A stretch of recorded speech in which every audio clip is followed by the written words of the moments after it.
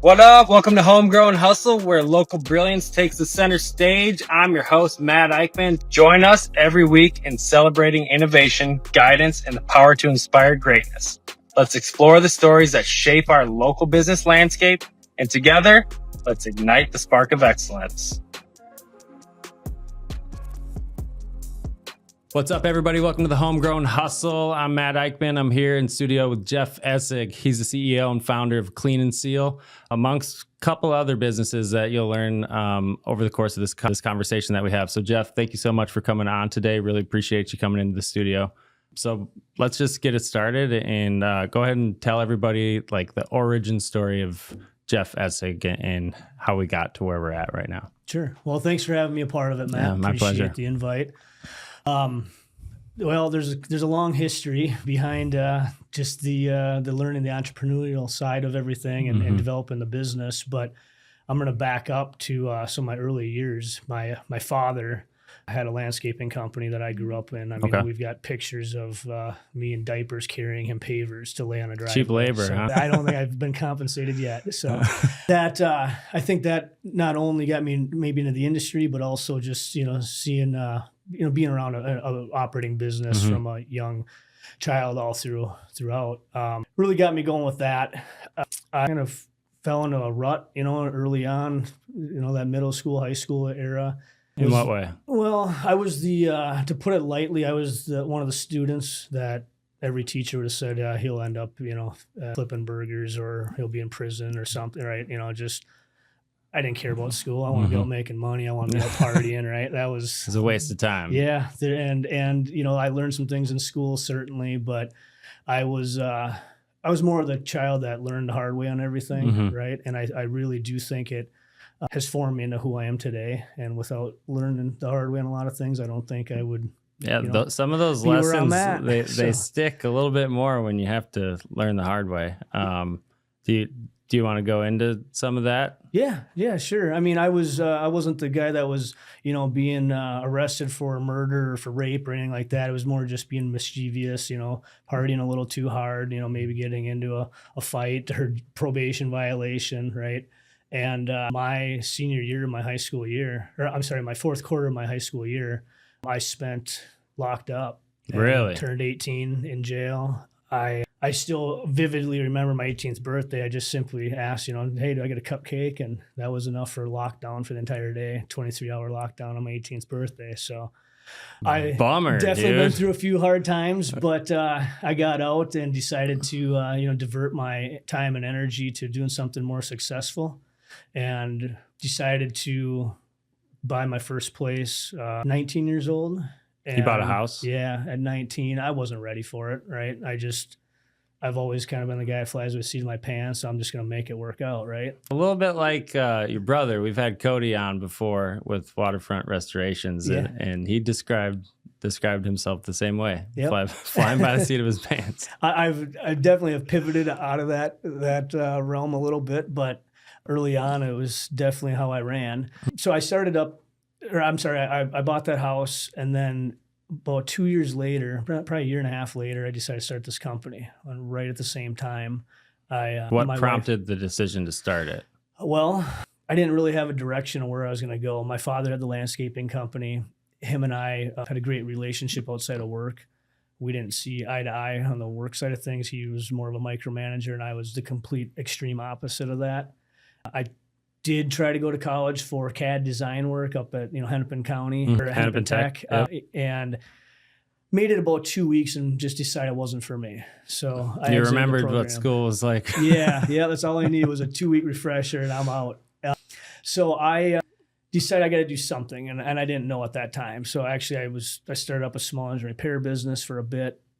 I also was lining up boulder wall projects and was subbing that all out. I didn't really have the skill set to do them. You're just doing stuff. I'm just doing things, trying to figure out where I'm going, right?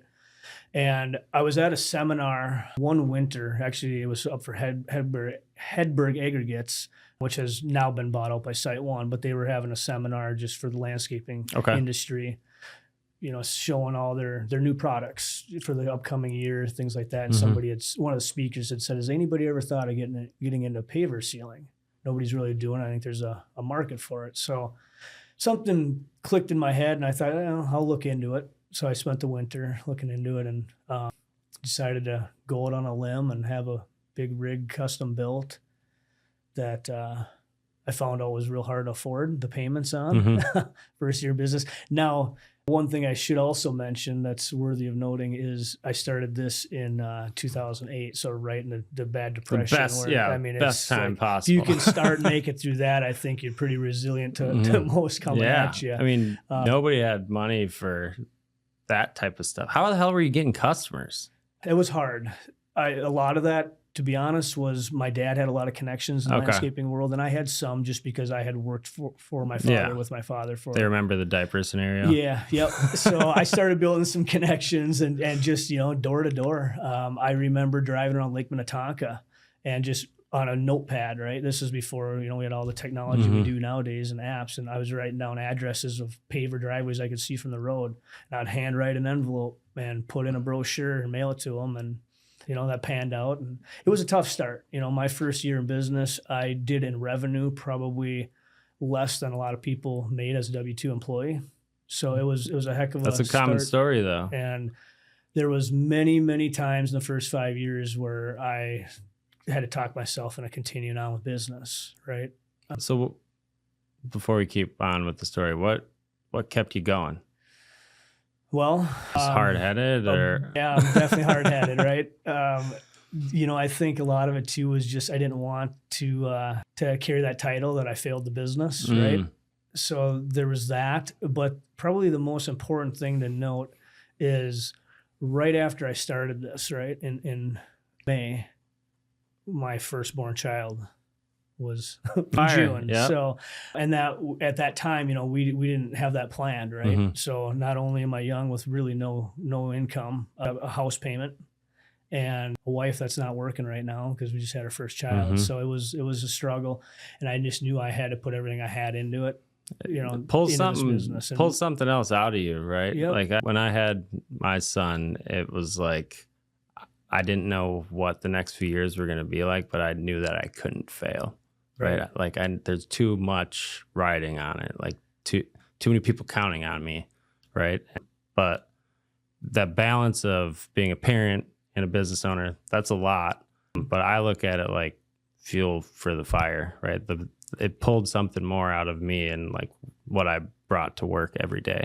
Sounds like it kind of did the same for you. Yeah, it definitely did. 100%. How many kids do you have? I have two. The firstborn, the one I was just referencing, had just graduated high school and is 18 years old now. So it goes quick. Dang, you do not look old enough to have an 18-year-old child. Well, the color of my hair would determine that's a lie. Gotcha. And then we have a son that's 13 and a half. So 18 and almost 14. So the have to keep going was kind of driven by what was at home and like you couldn't really give up, right? Because what failure is really like when you give up at that point, right? Right. Like, because if you don't give up, you keep going, it's not failure. And you always learn something, right? From every hurdle you need to jump over. And failure, falling is not always a bad thing, right? When you fail and fall forward versus falling back on your ass, right? To me, that's two different things. And, exactly. And I had a lot of failure falling forward that I learned from. I always, when things would go sideways, I just chalk it up as, well, I didn't really spend my college fund. Right? This is tuition. Yeah, same thing, man. And you like to not keep investing into that and have it be more towards like, this is going to go to continuing education. But sometimes when you look at the P&Ls, certain things really just fall into the tuition category. Like this was not a good spend. You thought this was going to work. Now you need to just learn from it to make sure that you don't have to invest in that learning module again. Man, so many people would get a little more relief in their business if they looked at it that way. Right. Because they beat themselves up for that mistake instead of just learning from it and moving forward. Learn from it and then forget it. Right. Let's move on and focus our energy on how we're going to become better. Right. Versus always looking in the rearview mirror. So back to your story. So 5 years in, you had to after that, haven't been questioning the whole keep doing the business, right? What changed after that point? Like, was it just like now you kind of felt comfortable riding the horse because you'd done it a few years, gone through the cycle? Yeah, I'd say that's a factor in it. We also were able to get out of the big recession, that we were in. People were starting to spend money again. Yep. At that point, Paver-Sealing was so new that it was, most people didn't even know about it. So I've spent a lot, that first 5 years educating contractors, the paver installers on what this is. And, so it was, there's a lot of components. The sales cycle is a little bit longer when there has to be so much education that goes into it. But now that's like, there's people that just do that, right? Right. 100%. Yep. And so by starting that part of the business, that introduced like the cleaning part of your brand too, right? Because you have to like prep the surface and do all that before there's any sealant that goes on. Correct. Yes. So whoever that guy was at that Site One conference, do you know who it was? I've been asked that before too, and I wish I could think of who it was so I could, But sometimes it's a little thread that you just got to like chase down and test something, right? And you were at the front end, so you've been riding the wave and learning a lot along the way, right? Mm-hmm. Now you've been doing it for longer than most people have even been around, right? Since some of the business owners I know that are in the same space, like we're in diapers. Like you've been doing it that long. So like, what are the things that you've kind of had to learn, if you can look back from like 5 years into now, like what were some of the key things you had to learn along the way in your entrepreneurial journey? Well, probably one of the biggest things that I had to learn was just how to delegate, right? Delegate to elevate. And that was something that I wasn't real good at in my younger years. I wasn't micromanaging, but I didn't really have the trust to send somebody out to do sales or to, type up the estimates. I was doing all that, right? And I had to overcome that fear of, hey, it's just something that. Did somebody like tell you that or call you on it, or how did you like come to that realization? No, I got so burnt out wearing all the hats in this company, right? And sitting down in my office, till midnight and being back up at 4 a.m. I knew that my time was, it was only going to go so far. My career was only going to go so far with the stress load that I had. And I mean, we couldn't go out and do anything as a family without me on my phone the entire time. And it became there was a crossroads where I knew that I had to either make some quick changes or something's going to happen either with business or family, right? And both had a high level of importance to me. So I didn't have an option. Yeah. You had to make some changes. I had to make some changes. Absolutely. So what were those changes? Delegating. What did that look like when you first started doing it? Were you good at it? I sucked at it. Yeah, I would say I became fairly good at it right away. Probably maybe something to my fault was I might have had too high of expectations for the people I was delegating it to, right? And you expect them to do it at your level. Exactly. And I didn't maybe have the patience that I should have just to accept that, hey, it took me a number of years to figure all this out, and I'm expecting, this person to understand it all in, 12 months. So, and where I think a lot of it really started to unfold was I acquired 2 companies early on, 2 abrasive blasting companies. And coincidentally, a long-term friend of mine that I've known for years, and he's now been working here for 15 years, but he was living up in northern Wisconsin and wanted to move back just to be around his extended family and just to kind of get back into his home stomping grounds. And he called and says, hey, I'm moving back. I need to find a job. And right at that time, I says, well, I just bought out a company last week. I have no idea where it's going. I don't know who's going to run it yet. But if you want to jump on board and take some risks with me, let's build. And he did. And I think at that point was where the delegating really started, and just, putting trust in other people. It was like a forced delegate, because you didn't really know the business necessarily, how to do some of the things. But so he probably took on some of the burden of having to learn some of that. And through that learning process together, you got to kind of learn how to be really just not have those trust issues that all young entrepreneurs really have. Because it's hard to hire people and trust them to do something as big as here's this new business I bought. take that on and run it. Like that's a big responsibility, but it's like a gateway to that. It's somebody that you know. I did the same thing, hiring my brother. Like it was an easy first hire. And I don't know if that was your first hire or not, but it wasn't, but it was the first, I would say, successful hire. Yeah. So I had a couple other hires that just, short term, they helped. But so what did, so you said delegating was a big thing. Like what did that open for you as far as opportunities for you and your business? Like how did it change once you started doing that? So what it did is it allowed me to be out on the front lines of the networking side. A lot of our work, especially in the early years, was more B2B, business to business.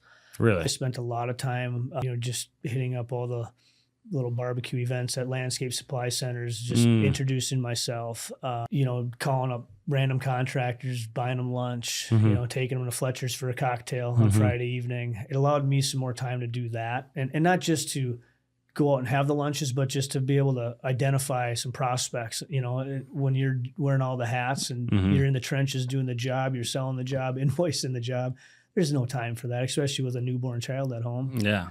So it allowed me to pick up my networking game, I guess, a bit. And that really helped evolve the business. And then fast forwarded a couple more years, no, actually probably about a year, I bought out a second blasting company. And how are you getting introduced to these these purchasing opportunities? So like, were you looking for them, or were these just falling in your how the first one started was a lot of the prep work's the most important on our jobs, right? To do it the right way. Yep. And we're getting called in a lot of projects where there's a sealer that has failed, that was either done incorrectly, maybe it's the wrong product, maybe whatever. There's all kinds of scenarios that can cause failure. But traditionally it was all chemical stripping. And that's a disaster. It wrecks people's stuff. The turf that's downstream where the water's running. Everything does, yeah. Then I had a big water reclamation system built so we could contain it while I was plugging up all my equipment. It just was a disaster. Wild. Nobody wanted to be a part of it. So I thought there's got to be a better way. And this was before, social media and all that. So I was just on the internet looking around and I found an abrasive blasting company.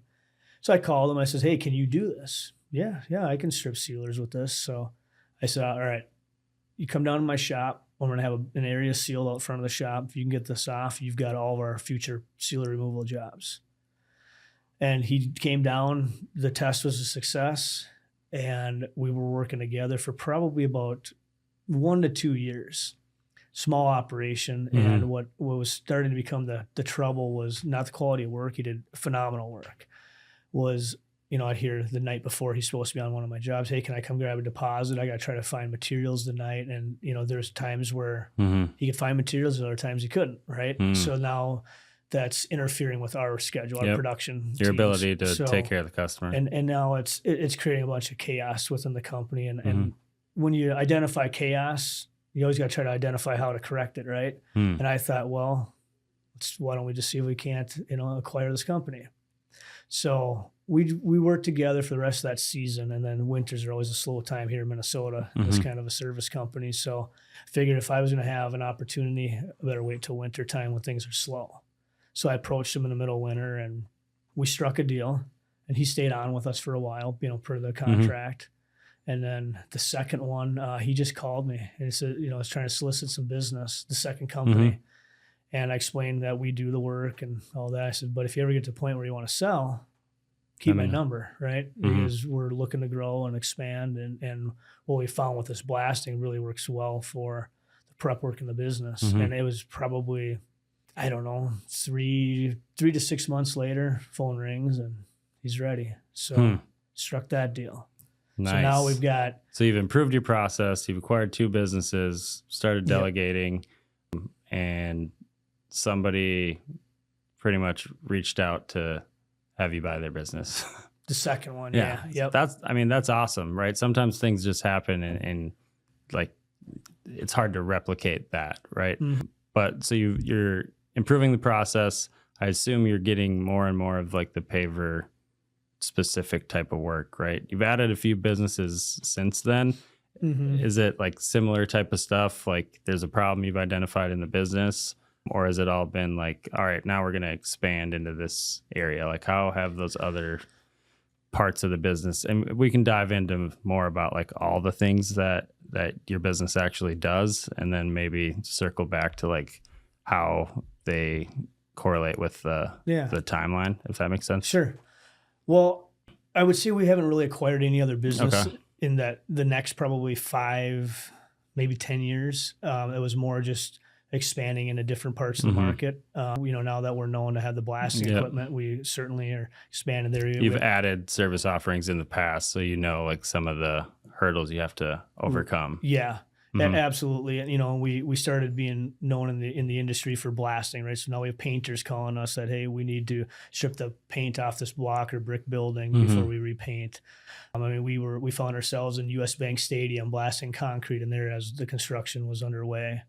So that really developed the blasting side. So you guys are just big jobs. Yeah. Not just nice houses on the lake. No. You've got capacity. Yeah. Some of the highlights for some of the bigger projects over the recent years is like Polaris headquarters in Medina, Valley Fair. We've done a ton of work at the U of M. Mortensen headquarters we've done work for, US Bank Stadium. I could keep going on with some big ones. Big ones. Yeah, so we're definitely capable of taking on some of the larger, more high-profile projects, which requires a dedicated team, right? And reliable equipment. Sometimes takes a team just to put the proposal together for some of that stuff, right? Like that's why a lot of like the residential focused businesses hit that barrier between going and jumping to the commercial side. It's because the amount of time it can take before you even make money is like overwhelming compared to a phone call and a booked job, Right. And oftentimes with those big commercial jobs, you're battling for even a small deposit, right? And oftentimes when you do invoice it, it's not unheard of to wait 90 to 120 days to get paid. It's a different ball game, man. And there's a lot that goes into it. So as you were adding those other services, how did the company, like organization and all that evolve through that? Was it, you got a few people early on and they've been riding with you for a while and they're like your key people that help keep everything going? Because we haven't even talked about Brainerd, your plane, and the fact that you use that as a tool to be able to run your business up there. I'm trying to fit this all in here, Jeff. Okay.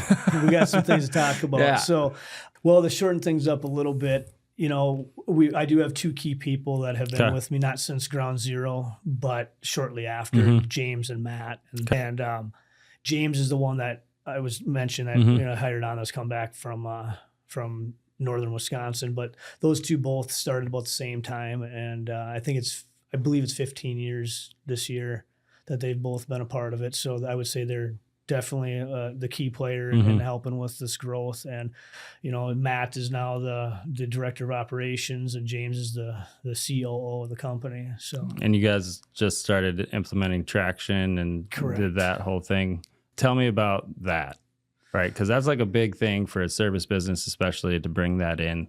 You're not bringing that in if you're about to sunset the business and go sail off into the sunset, right? Like that's you're trying to get some things dialed in so you can continue going up and to the right.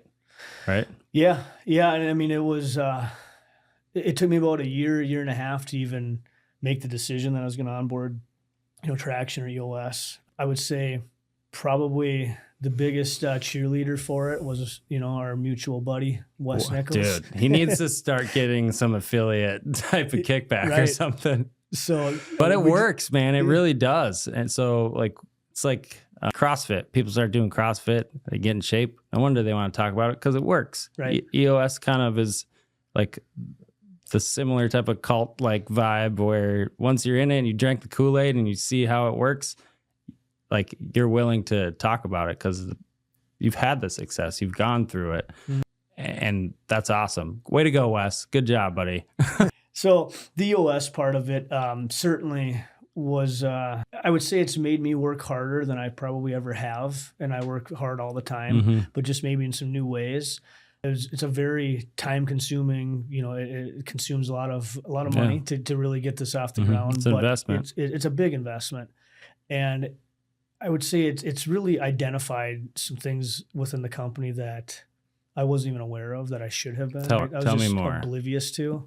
Just some of the leadership side of things. We had great people, but I would say not enough. We were wearing too many hats where, we've really tried to focus on the right seat or right person, right seat, where we've had people that might have been, in sales, but also on the finance side, where it really taught us to separate things out and have people that are, have clarity on what their role is. That would be a big part of it. Just accountability, right? There's, we have restructured how this entire company runs simply because of that. Is it all home run right out of the gates? No, but it's evolving. And, we're still at I would say more of the beginning phases. We're fully implemented, but, we just had our quarterly yesterday, it was a 10-hour meeting with the leadership team and our implementer. So there's still a lot of investment, time that goes into this, but it's evolving into what I has think your is team responded well to that? Because that's the thing. There's a lot of change and new stuff, and everybody has to learn and be engaged in that for it to work on all levels, right? Sounds like it's successful, so I would assume there's a decent amount of engagement there. Yeah, I would say our team has adapted really well, and the people that were with us prior to EOS certainly are huge advocates of it.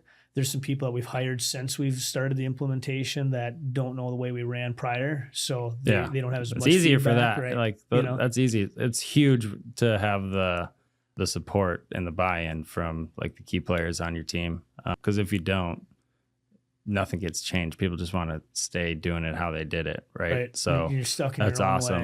way, Well, and for everyone on your team, like, they see that you're investing the time, effort, resources into them and the organization for the future, right? For future opportunities for them, right? Because if the company grows and is successful, that helps them do the same thing in their personal and professional journey. So it should be a win-win across the board, but I've seen it play out a lot of different ways.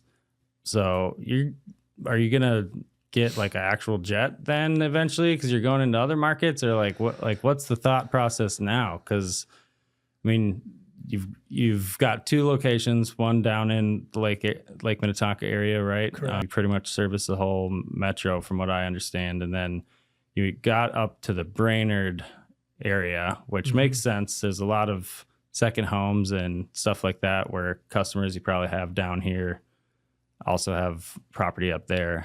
But that's a big thing to do, to add a location that far away. We've looked at doing it with Abra, and it's 3 hours from where we're at, a little bit less. It can be 2.5, it can be 5. And a plane, it can be a lot less than that though, right? And that's one of the cooler things about your story. I know it's just like a shiny object, but dude, you got a plane for your business. I don't know a lot of homies that have that.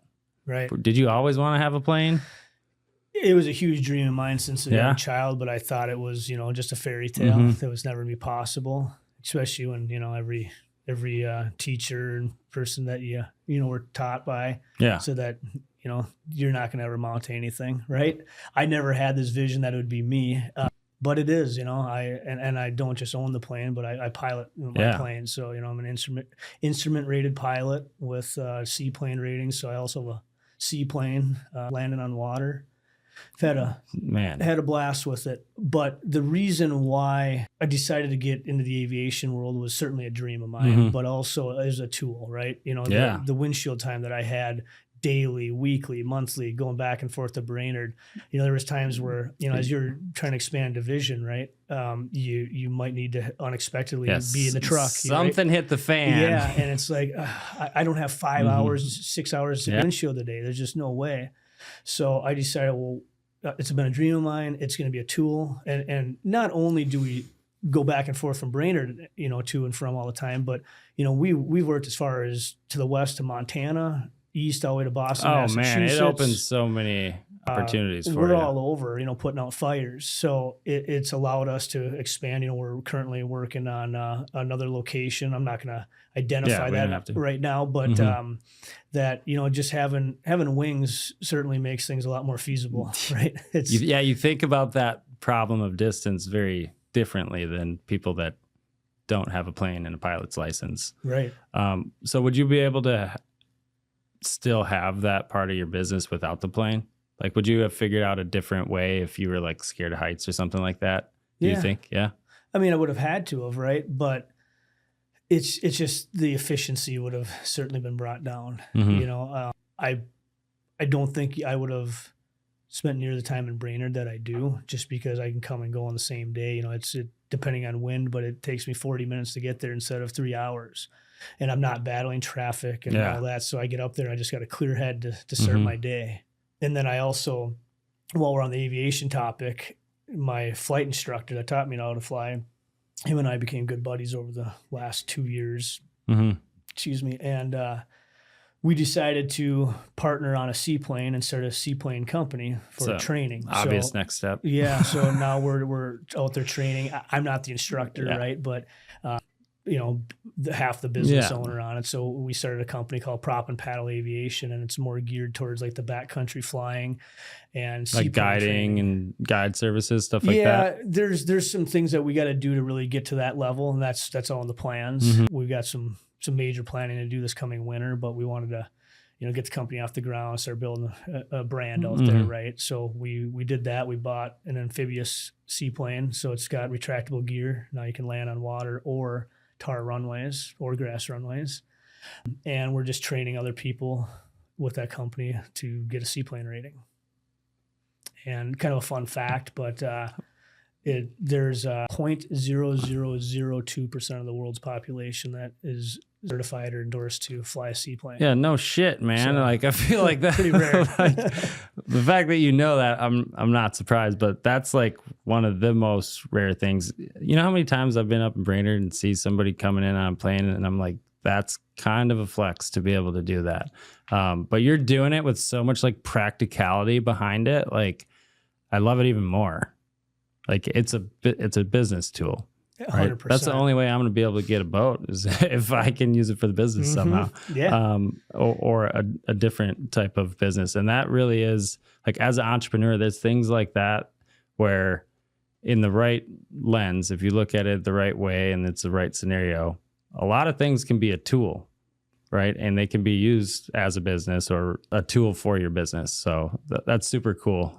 I don't know if I'll ever get to the flies a plane type of level, but the fact that you can like fulfill a dream plus have it open doors for yourself and the people in your organization, it's really special. Yeah. You know what I mean? And I know, so you're doing all that, plus you got some investment properties that you've gone into, right? So from in your own head and like managing all the different things you have going, like how do you do that without burning out? And from a time management, like what's your thought process around making sure that like everybody's getting fed, right? There isn't a business that isn't getting your attention that needs it. The best way I can describe it is it's like a pinball machine inside my head, right? It's just like chaos, right? Your wife has to be really patient. Yeah, she is. Yeah, bless her heart, because there's not a whole lot a whole lot of people that could deal with the chaos. She enjoys those, seeing the dreams kind of unravel. It's fun to do, but yeah, I mean, as far as how to manage everything, I do, like you mentioned, I own a lot of investment properties. I think in 4 different counties in the state. It's a lot of chaos. I actually just recently partnered with 2 people that I've known for a bit. One of them more recent than the other, but we've got a 3-way partnership for doing some Airbnb, or short-term rentals. That's huge up in the cabin area. So we have one that's underway right now. Big construction project or big remodel, interior, exterior. I mean, shoreline, you name it. It's a big process that is going on as we speak, and we're hoping to have it, rentable in the next 3 to 5 weeks. So, and that's exciting, going to keep continuing, I hope. Yeah. We Clean and Seal just recently acquired another company locally. It's a very specialized coatings company. Okay. And is that for like the industrial stuff that we were talking about, or like just a similar option for the stuff you were already doing? So it can be utilized on both. The specific company that I acquired here in Minnesota is the service part of the company, right? They're not the Gotcha. manufacturer of the coatings or the equipment. So we acquired that company, and they were really specialized in the pool coatings. So when I say the pool coatings, think of like a plaster, like a concrete pool, that starts to have issues. This is a flamethrower business, right? This is that one. So big giant flamethrowers it's almost like a mobile powder coating business. Okay. And that's like the actual inside of the pool. Correct. Right. So you're already on that job site doing the pool top or whatever. And this is like possibly. Okay. We may even just get called in just simply for the pool itself, and let's say there's some peeling epoxy coating on the inside of the pool.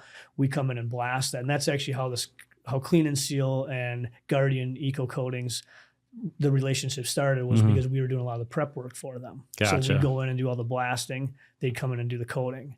Well, we built a relationship and over some time. It's amazing how that happens. Yeah. And, you scratch each other's back and do what you say you're going to do. And don't be a douchebag helps big time. If you really can mix that in, like there's some business owners out there that have a little bit of success and then like the douche comes out. Yeah. It's hard to get to the point you're talking about. And if you were a douchebag, you know what I mean? So that says a lot about your ability to just have sustained relationships and the, like what that can really do for you when you just like follow through on the stuff you say you're going to do, show up the right way. Just be a man of your word, that simply type of put, stuff. right? Yep. So we acquired that, and to answer your question, it can be used on the industrial side, which we have full intentions of introducing it into that sector. Yeah. We're at the beginning stages of part of that, and just hired a director of operations for the industrial division of the company, and we're really now you can work during the winter. Right. It can be Nice. raining outside. Inside. We don't care, right? Exactly. So, well, because I mean, you're one of the business owners that I look at, and I'm like, how has he been able to add so many successful additional lines or service offerings without something either being a bad attempt and didn't really work out, or one of the other business portions like fizzling out, right? So were there any things you tried to add from a service offering that didn't actually play out the way you thought they were going to? Yeah. So you're not 100%. We don't hit home runs. So you are human. human. That's right? good. Okay. For the record, everybody. Yeah. I mean, I'll give you an example. Epoxy coatings on garage floors. We used to do a ton of them years ago, and really found ourselves having a hard time sustaining the demand of it during the winter, the summer months. We were hoping just to do it in the winter months, keep us busy, right? And then, but that's not when people were buying. No, you build these relationships and you're known for doing it. And now they want you to do it in July when we're booked solid. So we started partnering up with some other companies. And, then at one point we thought maybe we should get back into it full time again. We'll still spin off a couple here and there for some of our good builders and, things like that. But, and then we got to the thinking, I did, because I'm a huge advocate of relationships, solid relationships. I spent years building bridges, and it's really easy to torch a bridge, right? And we've got a lot of coatings companies out there that we work with that, they know that we're really not in the epoxy or the polyurea or whatever, polyaspartic coatings on garage floors. We're not in that sector of the industry anymore, per se. We do a couple of them. And I think if we were to dive back into that full time, we're going to burn some bridges, right? Yeah. Because there's that trust that we're allies, we're not competitors, right? Yep. So we've decided just to stay in the lane that we've been in and, grow into some other services where we're not torching bridges. That makes sense. So from where you're currently at right now, you got a couple different business transactions that are going on. I don't know if you're planning on shooting up to Brainerd today or what the heck your schedule looks like, but when you think about managing your time and what you're actually capable of now versus when you first started in your business, what are some lessons that you've had to learn that like you implement now as you're going about your week or month that people listening could get some value from? Because you're managing more than most people I know. And you were early today. You weren't late. Like you still had your stuff together. And so I just want to try to pull some of that information out because you're doing a lot of things that people can look up to. And if you can share any of those tidbits, that'd be great. Yeah, I guess I don't have any specific things off the top of my head, but I found myself to be in my own way a lot, and just the constant distractions of phone calls coming in, right? That was probably the hardest thing or probably the thing I found to be the most distracting and disrupting for me on my time management side. There's certainly important calls that I need to take, but there's many calls that come in where it's just somebody needs to answer the call, figure out who needs to make the return call or who that line gets forwarded to.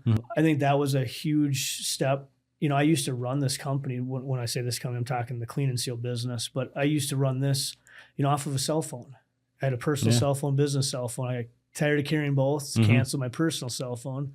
Now everything's morphed into one. Same. And it was chaos. And we actually decided to get a phone system where we now have like 7 people that phone line rings to their phones, right? Yep. And I can be a part of it. I can swipe it off, and my personal phone will still ring.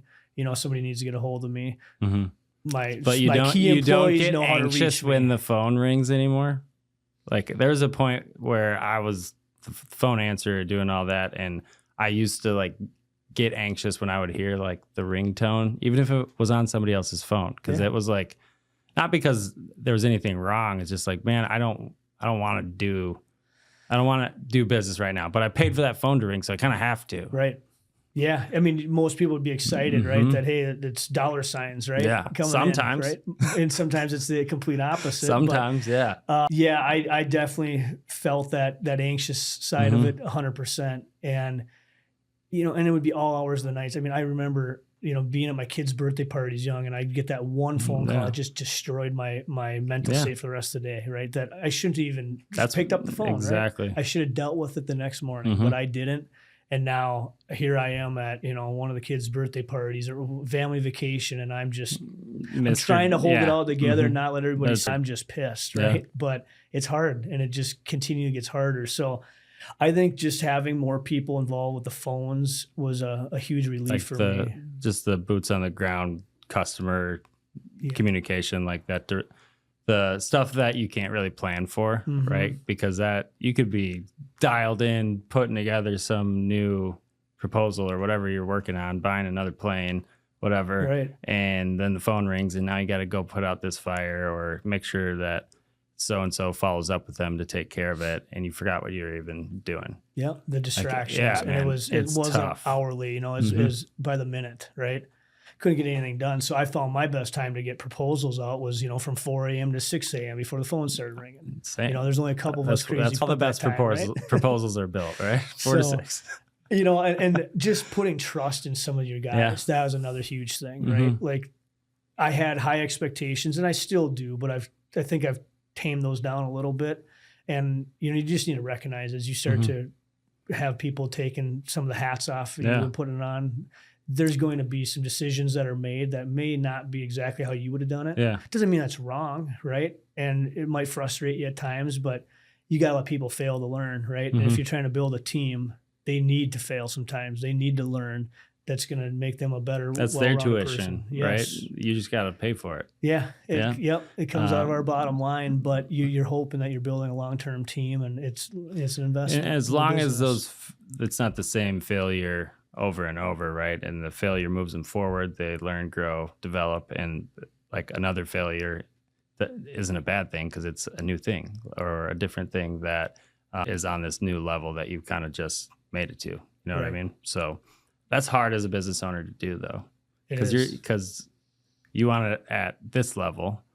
I'm gonna delegate. I'm gonna pass it off, and then I'm gonna make sure you do it at this level. And even if you do, I'm gonna find something you did wrong or a little different and micromanage it. Like that's what the heck I did. I thought I was delegating.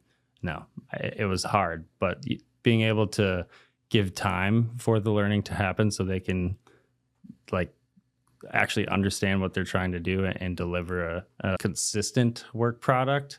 Once there's consistency, then you can really coach and improve. But if it's off of 1 or 2 instances, that's not really enough to provide coaching and feedback to help them learn and develop, right? They need time. But when you're first delegating, it's hard to let something in the business go wrong that you see and you know it's going to go wrong, and you have to just like watch it so that person can either prevent it or learn from it. Right. Right. Like that's part of it, guys. Like delegating and elevating people, it's not an easy process, man.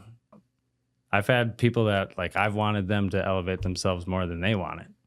Right. And that's the other side of the coin, right?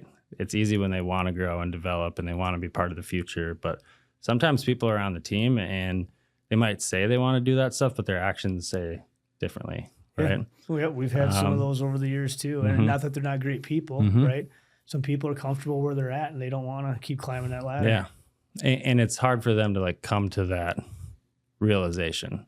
Like, because that means they're getting left behind. Or what I found, people just work themselves out of whatever the culture is. If you have a culture of excellence and high performance and hard work, somebody who's lazy and wants to just like slip by and do like the minimum amount, they're just not going to feel comfortable there. And the people are going to not really like that person on their team also, because it just happens, right? It's like, once you see it play out and it evolves over time, like the dynamics of your team is so much emotion, but it's like critical to make sure that it's healthy and the culture can be something that's productive when they're showing up.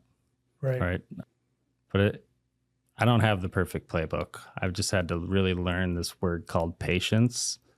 That's been the hardest thing for me. Not my personality. No, I'm not a patient person. I think everybody on my team and family will second that. And sometimes that impatient side of me gets in the way of things, and I just got to try to tone it down. It's like a blessing and a curse, right? Yeah. Like your impatience helps you do things faster than other people would even start. But impatience with people doesn't work. Yeah. Right? Because people, I mean, look at children. Like, children start walking and doing things at different times, right? They typically all end up like around the same area, right? But early on, parents are like really looking at, oh, my little Johnny can't walk yet or whatever. He's almost a year old. Yeah, well, he'll figure it out. Some of us are late bloomers, right? Sometimes it's a longer burn.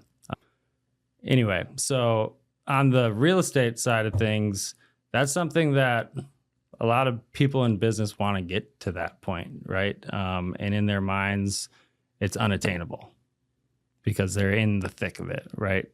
What were some of the things you had to do before you could even like get to that point? Was it like the time side? Was it your family and like everybody getting older there? Or was it more around the financial component? Like what really was I'm going to try the real estate side? Because you're not just trying it. It sounds like you're pretty like elbows deep into it type of thing. For sure. I would say, without thinking about it too heavy, probably what really got me fired up with it is, I looked at a couple places and I wasn't financially prepared to purchase it, or I just talked myself out of it. And then I saw the value of it in 2, 3, 4 years later.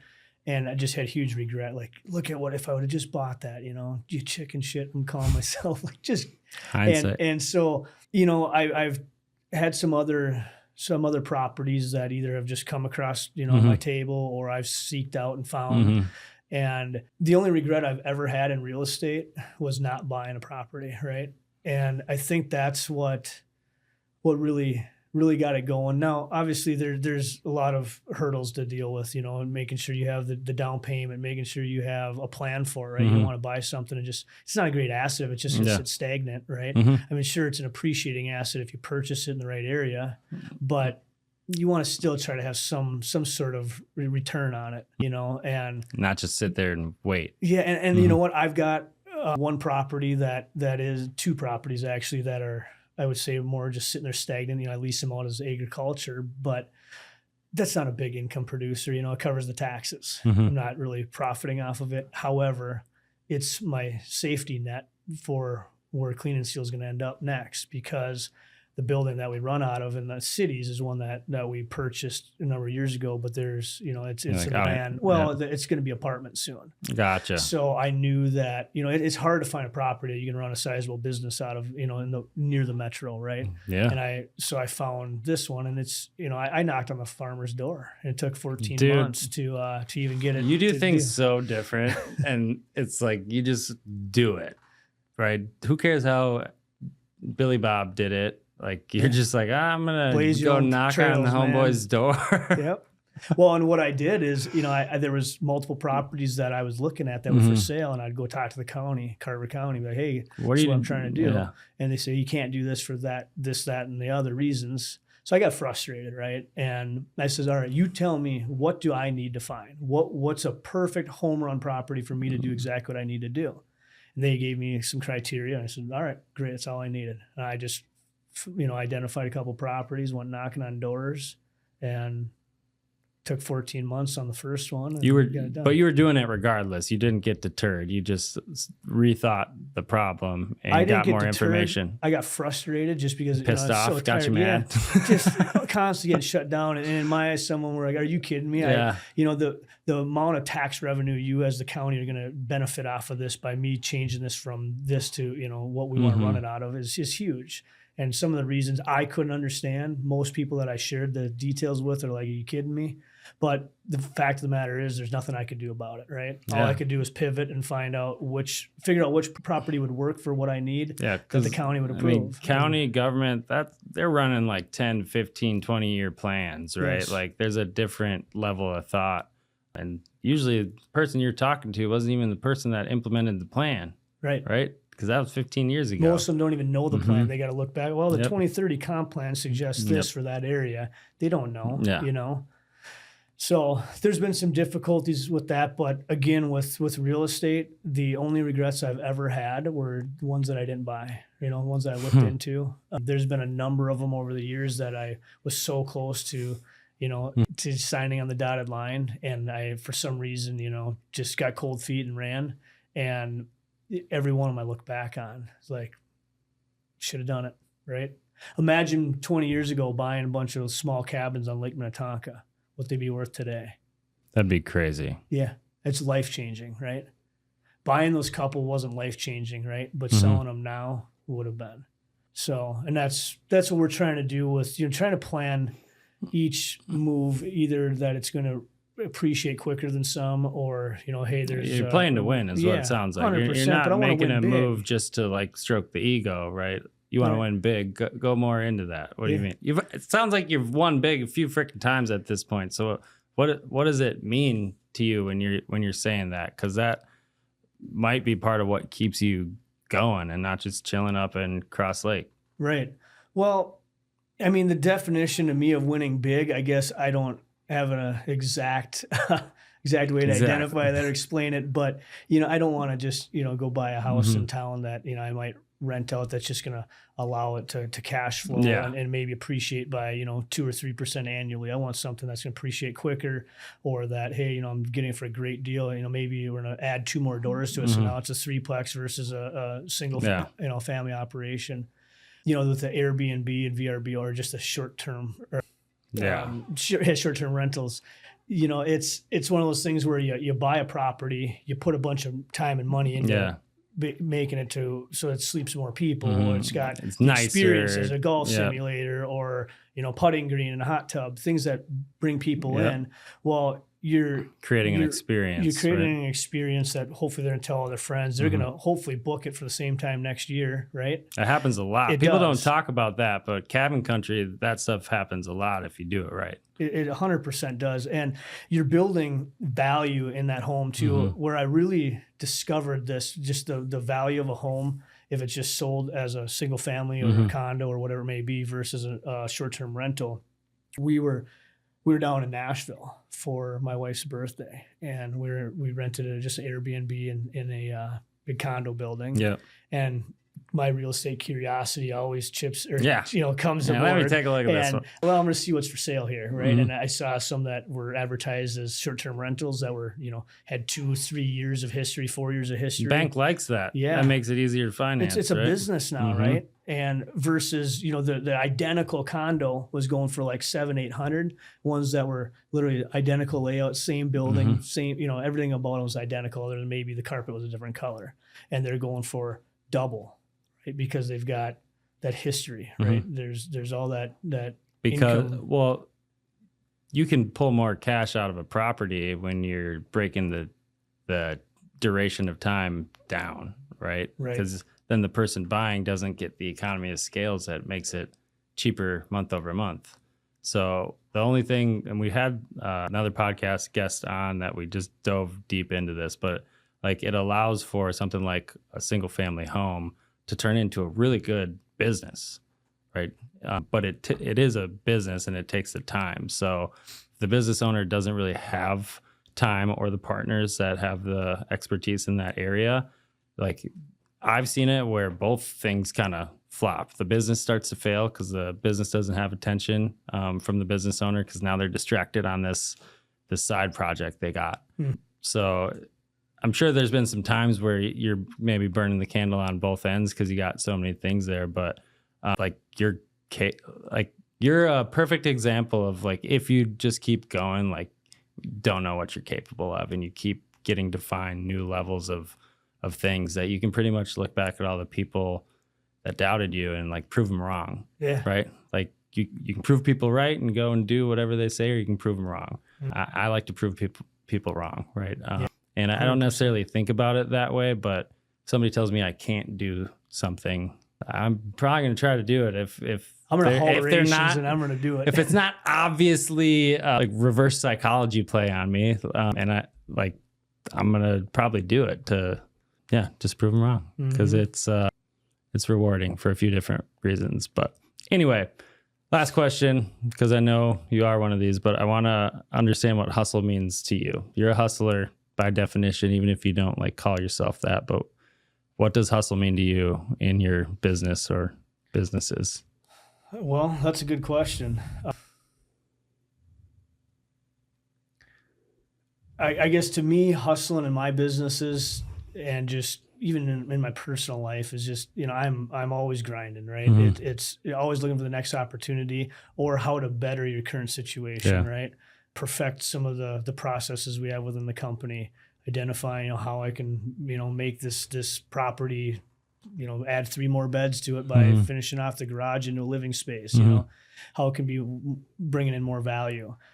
I would say that to me, that's more of the hustling side. I think there's a few of us that take that to the next level, and I'm probably guilty of that a lot of times. I think, but as far as like a definition of it, I don't know that I have a solid answer for you. Good. It's just they're gonna have to listen to the podcast, and they'll feel it out. Yeah, it's just something you got to just live and. Man. Your brother described it like the same way.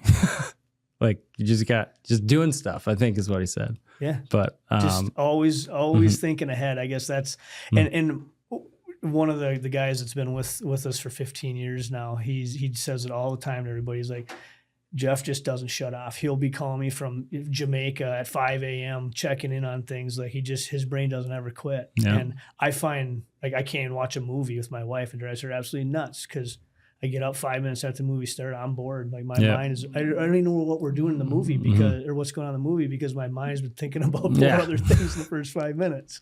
That's hustling, I think, right? For sure. Well, thanks for coming on, man. I really appreciate it. Last thing, if somebody wants to get in contact with you or your business, website, the best way to do that, or you got social media, or what's the best way? Yeah, all of the above. They all come directly to us. Phone number, social media. It's all an easy way to access us. Yeah. And if there's any other entrepreneurs out there, people looking to get in the real estate market, I'm not a pro by any means, but I can certainly answer some questions. So I'm always happy to talk. So awesome. Well, I appreciate your time coming into the cities here and coming on the podcast. Thanks everybody for watching. Thanks for all the support, likes, shares, all that cool stuff. If you know Jeff, make sure you reach out to him and tell him you listen to this. Until next time, keep hustling. Dude, thanks, Matt. That was a good one, man. Let's see how it looks after it's all clipped. Hey, thanks for tuning into the Homegrown Hustle. It's been an honor to share the stories of local legends who make our community thrive. Don't forget to subscribe, rate, and review. Please stay tuned for more insight and inspiration. We got a lot of heat in the chamber. This is Matthew Eickman saying peace out until next time. Get hustling.